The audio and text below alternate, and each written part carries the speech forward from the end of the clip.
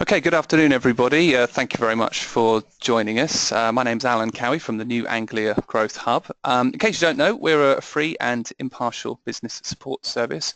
We're here to help you, helping new and existing businesses in Norfolk and Suffolk, and we can offer face-to-face meetings to identify your needs and to also broker in specialist business support services. So we're running these webinars this afternoon, trying to save you a bit of time. We're just going to leave you with the key information, and this presentation will be available as a PDF which you can download. If there's anything you want to go into more detail a bit later on, then call or email us and contact details will be available later.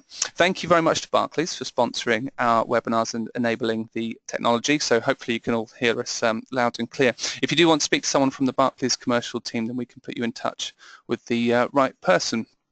So just a reminder to set this into some context. Last time we looked at the overview of grants that are available in Norfolk and Suffolk. We looked at what they are, what's available, and broadly how to apply. And if you missed that and you want to catch up, then that's available using that link. But today we're going to focus a bit more on one of those grants, which was the New Anglia LEP's Growing Business Fund. The session will be about 25 minutes or so, and if I could kindly ask you to save questions to the end, and you can do that by pressing the raise your hand button later on, and then you can ask your questions. You can also use the chat box as well. So that's kind of what we're going to be covering today, and we've just made some assumptions as to why you're here. Either you're a business and you want to find out more about the Growing Business Fund, or you're an organisation that supports businesses and you want to understand the available grants. And with that in mind, I'm going to attempt to launch a quick poll here. So hopefully that is now appearing on your screen. Just invite you to answer whether you're either a business here or an organisation that supports businesses. So I'll just give you just a second just to complete that.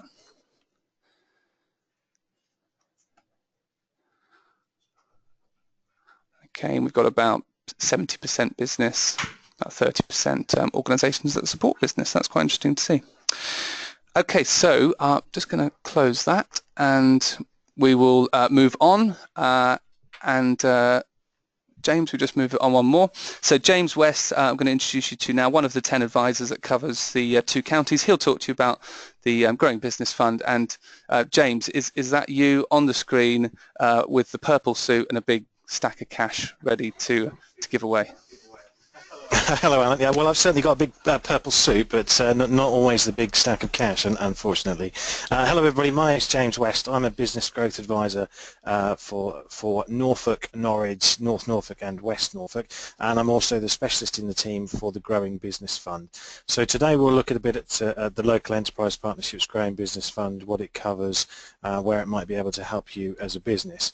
The first thing is sort of a quick overview of grants, and a grant is an investment, not a gift. A grant is money given to an individual or business to help stimulate a specific project, activity or outcome. Grants are to help fund something that otherwise might not happen. Now, I know that Alan, one of my colleagues, touched on grants last time and looked at the different types. So we've got things that will increase energy efficiency, better broadband connections, additional training for employees, etc. And today we're looking at the Growing Business Fund, which is the main grant for business growth leading to new jobs. Now, grants are only normally awarded to businesses who can demonstrate they need them. Obviously, it's public money, it's taxpayers' money. You and I have contributed to it through our taxes in one way or another. So we want to see that it's going to do the best good and it's going to create value for the people that receive them.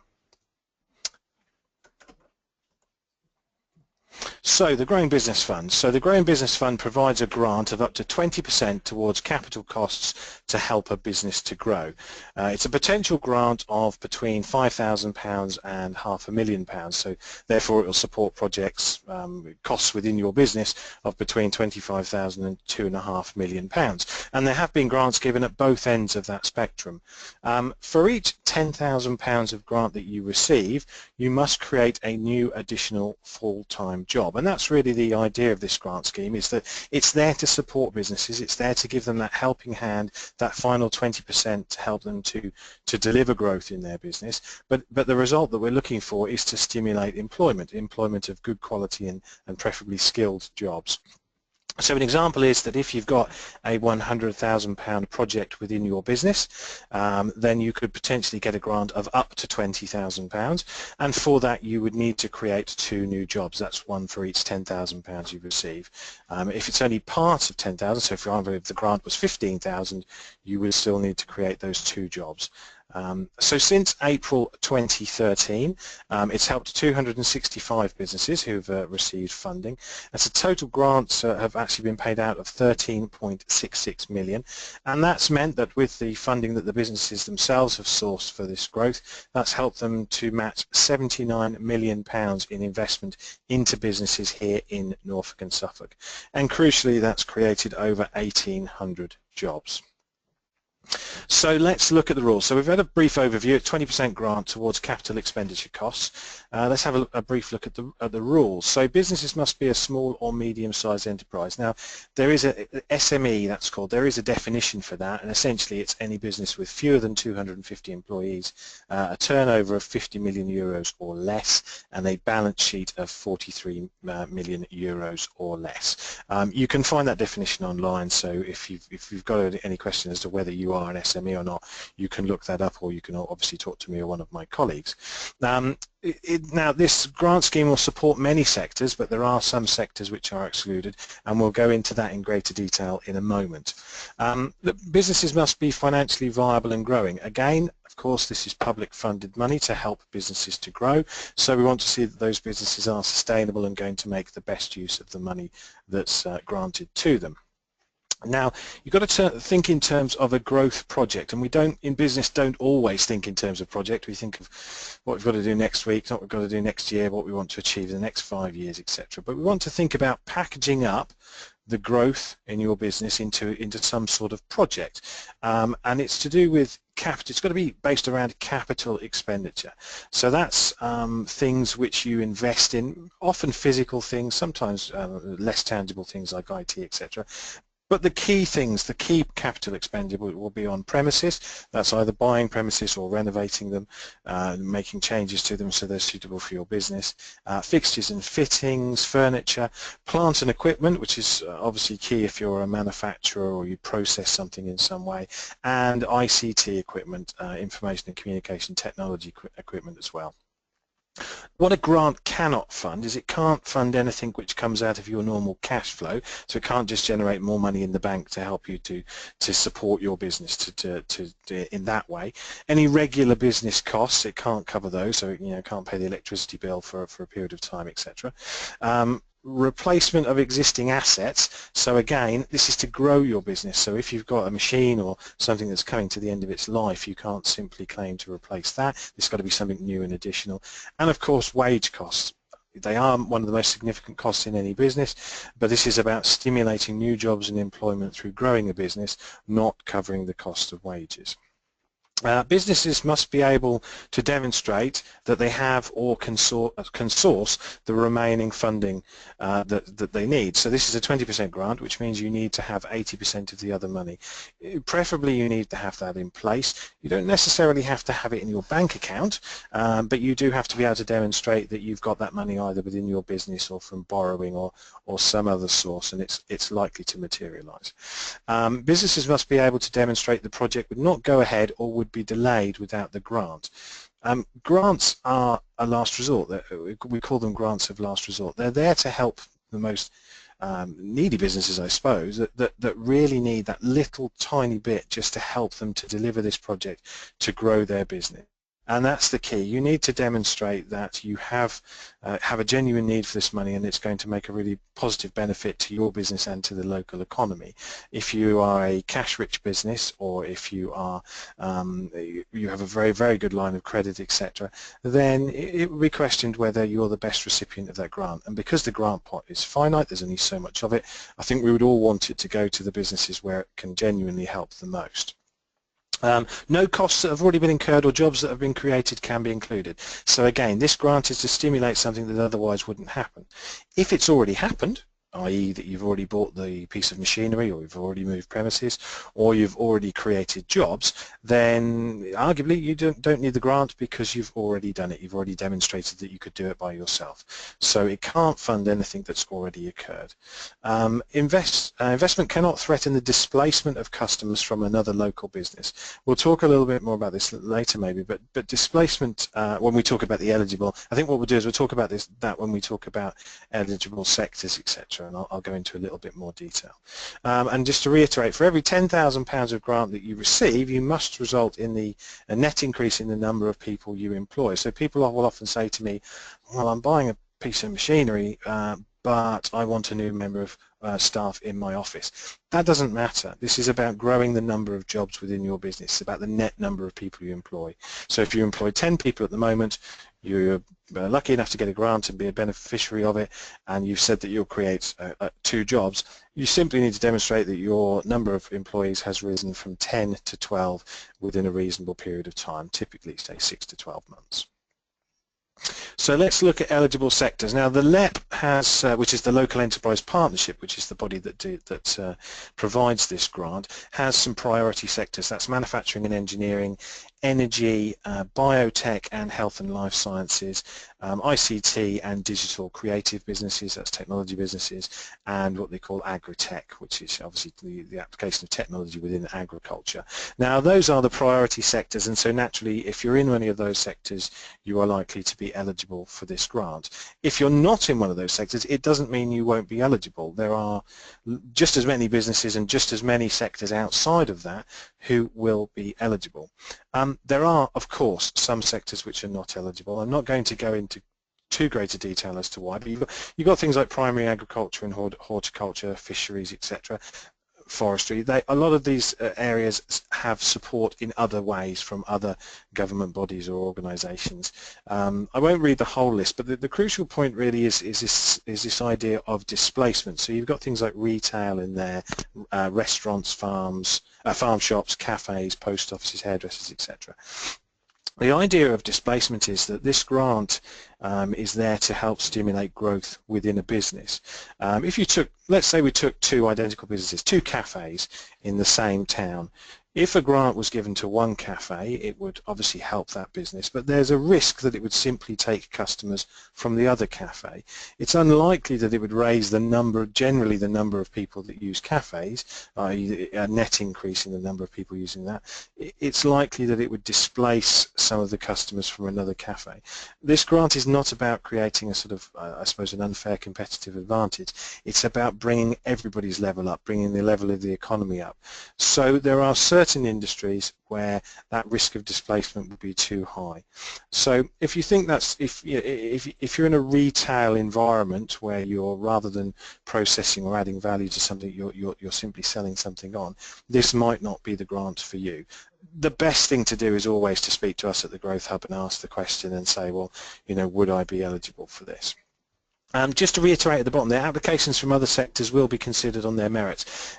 Basically ask us. That's the thing to do. Most sectors, there's far more sectors that are included in this grant than excluded from this grant.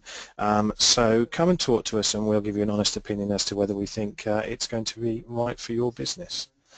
Eligible costs. I think we've touched a little bit on this earlier. This is a table that's taken from the guidance document. If you want a copy of the guidance document, of course, just get in contact with us and we'll talk to you and send you a copy of this. But this is a really useful table that I direct a lot of businesses that I speak to. There are basically 3 types of costs. There are preferred costs, there are acceptable costs, and there are ineligible project costs. Well, ineligible project costs speak for themselves, and really that's things like research and development, road transport vehicles, working capital and operating costs. So we've talked about any costs to do the day-to-day running of your business, or replacing things that you're already using, or covering wage costs, etc. They are excluded. This is a project very much about capital investment to grow your business. Road transport vehicles, again, they're excluded. So any wheels, certain pieces of very industrial machinery would be supported, but anything that's sort of a road-going vehicle and for the transportation of people or goods is likely to be excluded.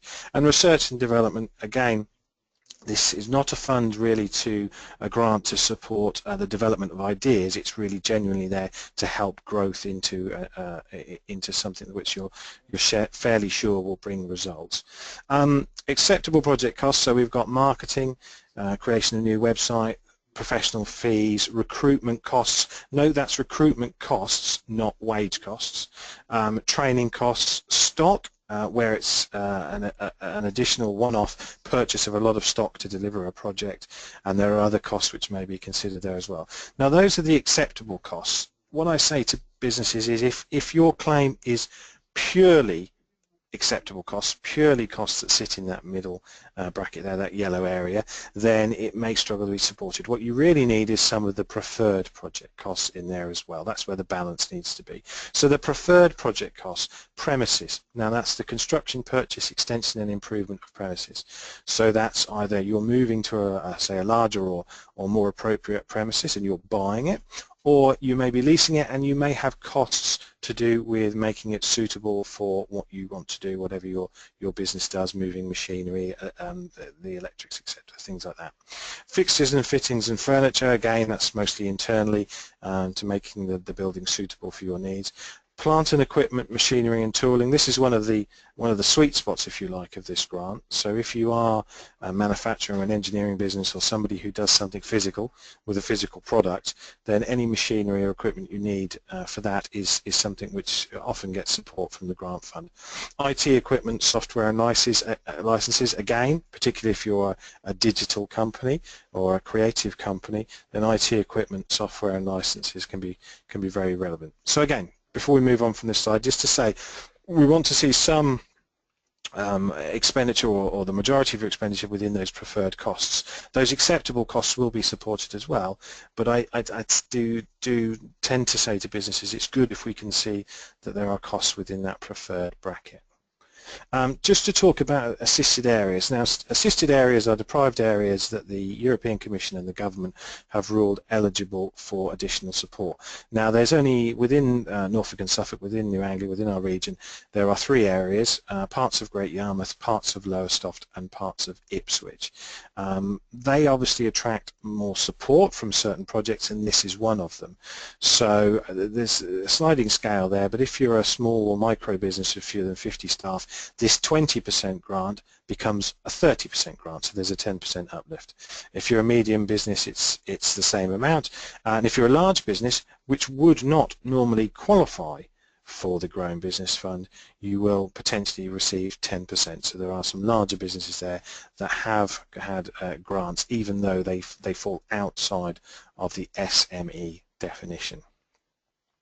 So I just want to talk about the process, and I think I can be honest in saying this. As a growing business advisor, we obviously help businesses to access a number of grants and other types of support, and I will genuinely say that this is one of the more streamlined and better processes, quicker, streamlined, less onerous on the business. Everybody wants businesses to be able to benefit from this money, and we want to try and make it as painless as possible. Of course, we'll need information, and there are things that criteria that you'll need to achieve, and you do need to commit to that and provide the information, but it really is one of the best grant schemes for ease of application. So the first thing is that if you think it might be appropriate for you, you need to come and speak to us at the Growth Hub, myself and one of my colleagues. There's 8 of us at the moment across Norfolk and Suffolk. We are the gatekeepers, if you like, and what we'll do is give you an honest opinion of whether it's right for you or not right for you. We'll come out and have a chat with you in your business, and we'll work out whether there's a good fit there, because obviously your time is very precious to you and you don't want to waste it. The form, and it is a simple form. It's only about 4 or 5, I think 5 or 6 pages long, but it's general details about your business, and then I'll talk a little bit more about the contents in a moment. That then goes forward and is reviewed by a body called Finance East, which is the organisation that does the due diligence, if you like, for this grant scheme. They'll look at that and they'll decide whether they think that you can that you've got a chance of being supported, and if there's any question marks, they'll discuss that with the local enterprise partnership. And if you're accepted, you'll go through to the full application stage. Now, this obviously is where they'll want more details about your business, about your plans, about the opportunity that this grant will help you to realise. But again, I would say there's nothing no information in there that's too onerous, and nothing that you wouldn't expect to have to provide. Finances will really will support you through that process and help you to get all the information you need and give it the best chance. It then goes to the panel. Depending on the size of the grant, it's either virtually emailed to the panel, or the panel do actually meet once a month, and they will review the application and make a decision. And the panel's made up of people from the public sector, such as the district councils, and people from the private sector as well, so business owners like yourselves. They will make a decision, and if you are successful, then you'll be advised, and you can then go ahead and spend the money and create your project. Just to talk about how you recoup the money, how you get the value of the grant, what will happen is once you've been successfully awarded the grant, you can go away and start spending, obviously, and start buying the capital goods, etc., that you need. Once you have spent the value of the grant, let's say the grant's £20,000, you'll provide an invoice that says, I've spent this amount or more, and that amount of money will be refunded to you. At the end of a reasonable period, you will be asked to report, and you'll need to demonstrate that you've spent all the money that you said you were going to spend, and crucially that you have created the jobs that you said you were going to create. Obviously, with business, the best laid plans can go sometimes to waste, but you do need to commit to doing what you said you were going to do. If you experience any difficulties, which does happen in business, then the administrators of the scheme will always work with you to find a way around that and ensure that that you can satisfy those criteria. As I say, the expression of interest form, so that's the initial application form. That's only available from us here at the Growth Hub. Myself and my colleagues will help you with it. We will even help you to write it. What I generally say to businesses, I give them the form and I say, look, just get the information down on the page. Don't worry about what it looks like. Don't worry about what it reads like. And I will help you to construct it and give it the best chance possible. It's a very simple, I think it's 6 pages. Business details, description of your business activities, so that's just 200 words on what your business does in a nutshell, as if somebody has no idea what your business is. 400 words on your business growth and expansion plans. This is the project that you want to be supported. 200 words on why the grant is needed, and this is where you need to genuinely show that this grant will help you to deliver this project or deliver this project sooner and create these jobs sooner. Project expenditure, so that's a breakdown of what you're going to spend and what you're going to spend it on, and then the funding that you've secured elsewhere, the other 80% that you need, and then of course declaration and signature. So summary, so the Growing Business Fund provides a 20% grant towards capital costs to grow your business. Many types of business and costs are eligible, so go back and have a look at this presentation. Contact us if you want to see the guidance document. Contact us if you want to have a chat with an advisor. It's always better to ask the question and be told no than not no. And there are an awful lot of businesses, an awful lot of costs which are eligible for this grant. Grant must help deliver growth that might otherwise not happen. That's the crucial thing. So ask yourselves, will this money really help your business? Is it crucial to delivering this growth? For every £10,000 received, you must create an additional full-time job. That's not flexible, so you do need to be creating more employment if you're going to be a recipient of this grant. And again, you can only apply for the grant through the New Anglia Growth Hub, so if you've got any questions at all, come and speak to us. I'm now going to hand you back to my colleague Alan, who'll just wrap up and we'll see if you've got any questions. Thank you, James. And if you just move on just one more slide. Just before we go to questions, just want to quickly tell you what we've got coming up. Next month we're going to look at business planning. We've got a session on lending in June, and then in July Morgan Potter, another Growth Hub advisor here, will talk you through R&D tax credits. We also want to hear your suggestions as well, so if there's any topics you wanted to cover, then do get in touch with us. So we go to questions. We'll go to the questions that have been typed in through first in the chat box. We've got Simon Binks, and he's asking, does the grant cover software development? Okay, the answer to that is it's not a simple answer. I think the answer is no. Research and development per se are not covered. So if it's purely cost to develop something in the hope of creating some sort of product or service for your customers, then no, that would be research and development. If it's about developing a bespoke piece of software to help your business to deliver what it does and to help grow your business, then it may be supported. So it really depends on what you're developing the software for. I think I'm afraid that's probably not a simple answer, but I think in that circumstance it would be best to discuss it with us. So it's a yes and a no. Okay, thank you, James. Gordon Brock asks, what is the definition of job creation? So, for instance, does it include apprenticeships, 0 hours contracts, or contractors? Okay, that's a very good question as well. Okay, well, the definition of job creation is that the net number of people you employ rises. So if you've these are employed people, these are PAYE staff, they can't be subcontractors or self-employed people, or people on temporary or seasonal contracts. It needs to be a permanent contract of more than 30 hours per week. Now you can include part-timers, and I think what you would need is each part-timer needs to be a minimum of 16 hours, so that 2 part-timers together would be a minimum of 32 hours, or more than 30 in other words. It can include apprentices, of course.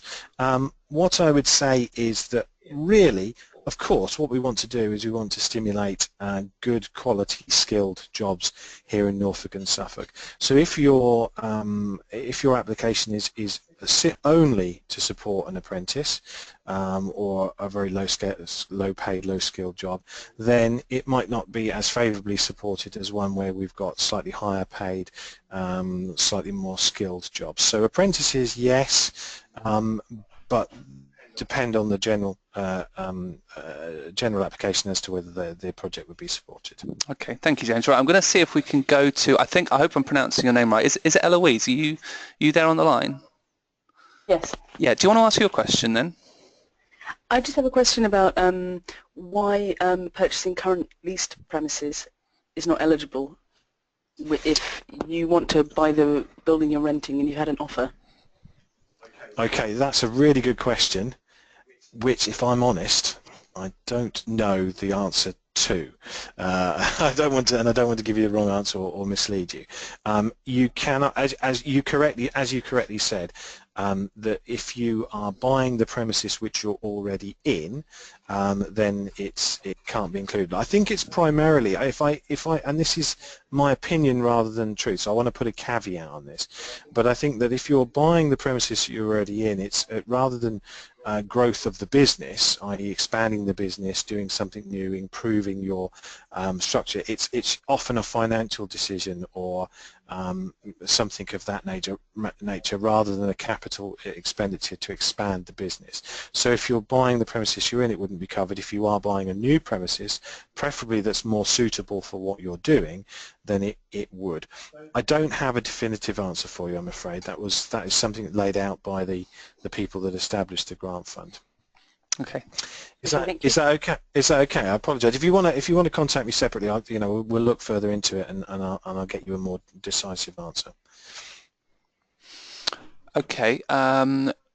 Lee Taylor, are you there? Lee? Okay. Lee Mason, I think. Are you on the line? You also had a question.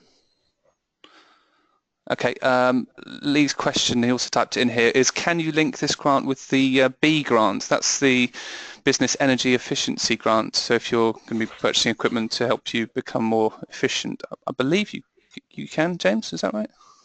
Well, I suppose that actually I would say that the simple answer is no. When they're looking at, so you're looking for this grant scheme will provide a grant of 20%, and you need to demonstrate that you have the other 80% either in place or access to those funds. Public funding for those other 80%, i.e. grant funding from other sources, cannot be counted. So if you're already receiving grant funding for the other 80% or receiving that money somewhere from explicit business support grants, then it in itself cannot be counted. If you're receiving grants for elements of what you're doing, such as the BEE grant for energy efficiency, etc., then that's simply an area that could be potentially excluded. So if they're helping you with your lighting or heating efficiency, that's a part of your growing business fund grant that would be excluded from it. But you can't match a grant-funded source in the Growing Business Fund with another grant-funded business grant. But you can apply for more than one. Oh, absolutely. It's not a barrier to stop you applying. You should, as businesses, if you think that you can benefit from these grants, you should apply for anything that you think is applicable to help your business. It's just that in offsetting it as saying that it's part of the money that you have to support another grant application, that's where you might not be able to double count. Okay, thank you, James. Right, last chance. I'm just going to ask you if you've got any more questions to hit the raise your hand button, and we'll go to that, go to your question. But we've answered all of the ones that came through on the chat box. So, any more questions? Comment from Rahim Ali. Love the webinars. So there you go. Oh, thank you very much. Thank you. Okay, so we'll leave it there then. Thanks very much for joining us. Hope to see you on the next session. So thank you and good afternoon. Thank you, everyone.